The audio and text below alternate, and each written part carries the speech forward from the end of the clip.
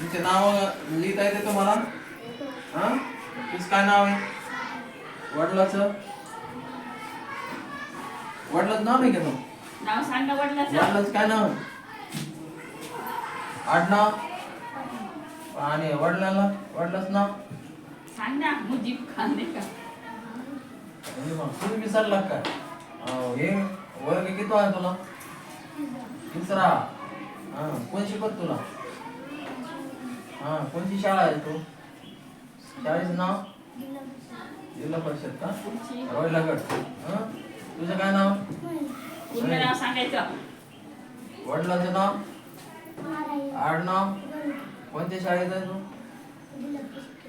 हा, कोणत्या वर्गात आहे? कोण शिकवत तुला? हा, तुझं रे? मोठे? अच्छा, कितीला आहे तू? शाळेचं नाव? तुझं काय नाव? संजय जाधवची का? तू लिहित नाही का?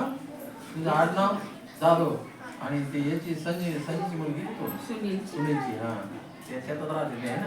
ओके. तुम्हाला लिहिता नाव आहे तर तुमचे स्वतःचे? हा, पटापट नाव लिहायचे तुमचे इथं. हा, चला. आता काय मी तुम्हाला वाचायला शिकवणार. तुम्ही वाचता येतं का तुम्हाला? वाचन पण घेणार आहे मी तुमचं. चला आता इथं काय करा, तिसरी अ झालं, ही तिसरी ब इथं खाली लिहा. तुमचे ब चे मुलांचे नाव इथं लिहायचे पटापट. खाली आपलं स्वतःचं नाव लिहायचं. चल लवकर इथं नाव लिह. तुझं नाव लिह. एका तुला वाचता येतं का? हा, मॅम वाचायला द्या बरं. एक पुस्तक घ्या. पुस्तक घ्या इकडं. पुस्तक चला याचं बघा, तुला येतं का? वाचता तरी येतं का? लिहिता येतं का? नाही. हे बघ, पहिला धडा काढू आपण. हा, तिथं खाली समोर रेषेच्या खाली. पहिल्या धड्यामध्ये काय येतं? हा, वाच. खाली दे. हा, हे वाच. हा, साकी हा. बघी नुसतं. हा, हा, हा, हा, हा,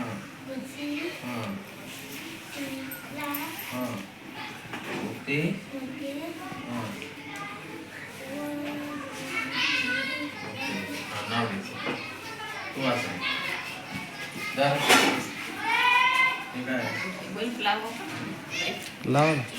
हा. जीवा तिकडे लाईट लाव बरं. काय येतं का त्याच्यावरचं? येतच नाही सर ते शाळेमध्ये. हे काय? दाब दाब ते दुसरा दाब. पंचमी लाव.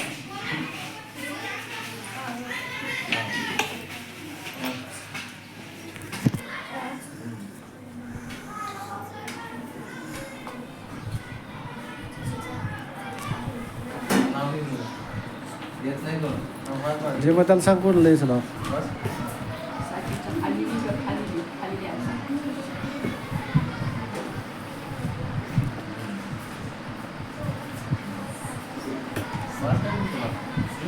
येतं थोडी कच्ची हे बघा, आता रांगेत उभे राहा इकडं. आता तुमचं 3 ऑप्शन आहेत. तुमची तुमचे संख्या जास्त आहे, पण तुम्ही काय आहे, तुमच्या वर्गामध्ये तुम्हाला लिहिता वाचता येत नाही म्हणून पाठीमागे शासनाने कार्यक्रम सुरू केला. तुम्हाला 100% आलं पाहिजे. नीट उभा राहा आणि रोज शाळेत यायचं. मॅडम एक वही देणार तुम्हाला. 5 तारखेला तीच वही मी पाहणार आहे.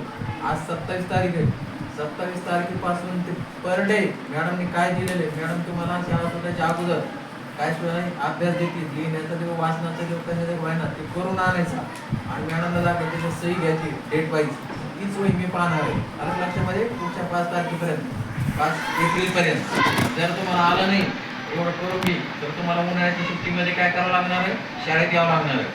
अलग लक्षामध्ये तुम्हाला 100% आलं पाहिजे. त्याच्या अगोदर हे जे मॅडम सांगतील ते पूर्ण करायचे ऍक्टिव्हिटीज. अलग लक्षामध्ये आता हे तुम्हाला जे आता मी साधं विचारलं तुम्हाला लिहिणं वाचणं अक्षर, पण तिथं क्षमता नाही आहे. तिथं मी पुढच्या वेळेस आलो तर क्षमता नाही आहे विचारेन.